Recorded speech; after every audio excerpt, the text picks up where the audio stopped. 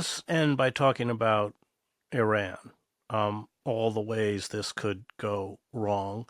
Um, Iran, you referred to Iran's response. It was telegraphed in advance. I mean, one could call it even choreographed. The Yes. first response, the second response, less so. But there was, I think there was a Palestinian who was wounded, and but there weren't large numbers of casualties. Um, and one has to believe that that was intentional. Um, but how could you see this playing out in a way that essentially uh, creates a conflagration that we get sucked into, and what would that look like? Well, just to repeat what you said, the first attack on April 14th, and then the Israeli response on April 19th was choreographed, to use your rhetoric. Because again, the Americans and the Iranians did not want a major war involving them. Uh, and also, as you pointed out, if you look at what happened on October 1st when Iran struck Israel, that was quasi choreographed as well. And as you point out, quite correctly, the Iranians did not target civilians. I think there was only one person killed in the October 1st attack, and that was a Palestinian on the West Bank who was Yeah, hit by falling debris. yeah. So if you look at Iran's targeting, they've gone out of their way not to hit civilians. Now, the question you have to ask yourself is what is Israel's response going to look like, which we anticipate any day now?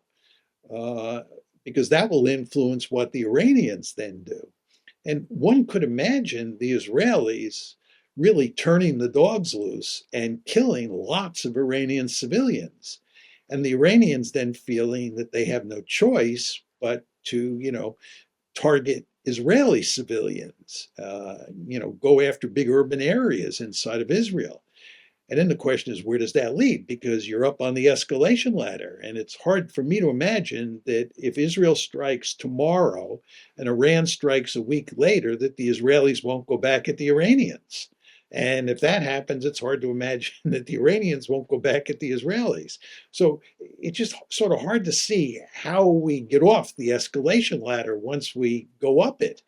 And as you go up the escalation ladder, the possibility that large numbers of civilians will be killed, or even a small number of civilians will be killed, is quite high. And that, has great escalatory potential.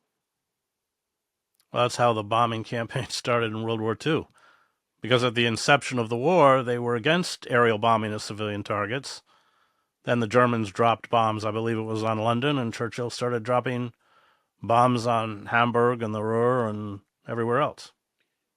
I think that's exactly right. I mean, this relates to what we were saying before about how decapitation strategies and punishment strategies don't work. If they don't work, the question is, what do you do next? I mean, if you're the Israelis, imagine yourself in Netanyahu's shoes today. Things are not going well in Gaza. Things are not going well against Hezbollah. And it's hard to imagine how you can sort of bring Iran to its knees. So you have these three big problems. What do you do? And his, I think, basic instinct in these cases is to escalate. He believes in big stick diplomacy. He thinks every problem can be solved with military force.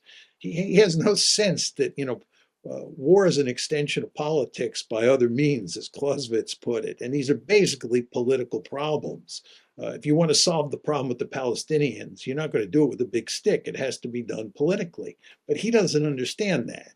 He likes to use the big stick, but he's using the big stick. It's not working. He's in these protracted wars which, as you pointed out, are having all sorts of consequences, negative consequences on the home front. And they're not producing the outcomes he wants. So the question is, what does he do next? And I see him escalating at every turn. And I think if you look at what's happening in Lebanon, that fits the pattern that you were describing, right? They're just going up the escalation ladder, looking and hoping that they can find a solution. But if you ask me, Hezbollah's a tough nut to crack, and I don't see Hezbollah cracking. The United States has supposedly, according to press reports, extracted a promise from the Israelis not to attack Iranian nuclear facilities. I think, as we have pointed out, Israel has in the past said one thing to the United States, or said that they would honor U.S. demands, and then ignored it. Of course, we see that currently with the Netanyahu government claiming to Blinken that they're not uh, creating a siege around northern Gaza with complete blockage of all food, while of course they are. What do you predict in terms of strikes? Uh, do you think that they will? That they're? I mean, you said earlier that they want to break the nuclear program. Although my understanding is a lot of that stuff is deep inside of mountains and very far underground. Um, is that the number one priority for Israel? One could make the argument it's the number one priority, but they can't do it by themselves. I think there's no question they can't do it by themselves. To get at a target like Fordo is almost impossible without, the Americans who have bombs that can penetrate much deeper into the ground. It's not clear that if the Americans and the Israelis together try to do it, that they can eliminate Iran's nuclear program for the short term. I want to emphasize here, they cannot eliminate Iran's nuclear program once and for all. This is a pipe dream. They may be able to do it in the short term. That's not clear. Israel and the United States working together.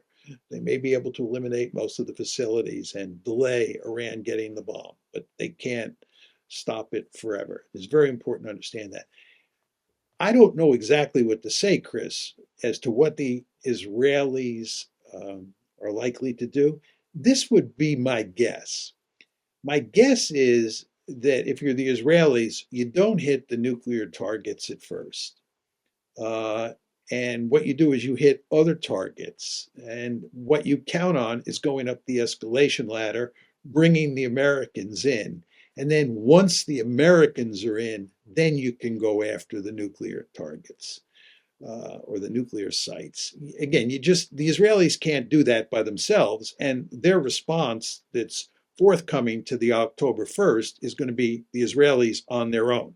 So they can't get the nuclear sites. So it would seem to me that it would be better to just try to escalate, get the Americans in, get the Americans really angry, and get the Americans and the Israelis to go after those nuclear weapon sites. And here it would be the Americans who would be doing most of the heavy lifting. Of course, you want to understand that we will go to great lengths to avoid that outcome because we, as I said before, do not want a war with Iran.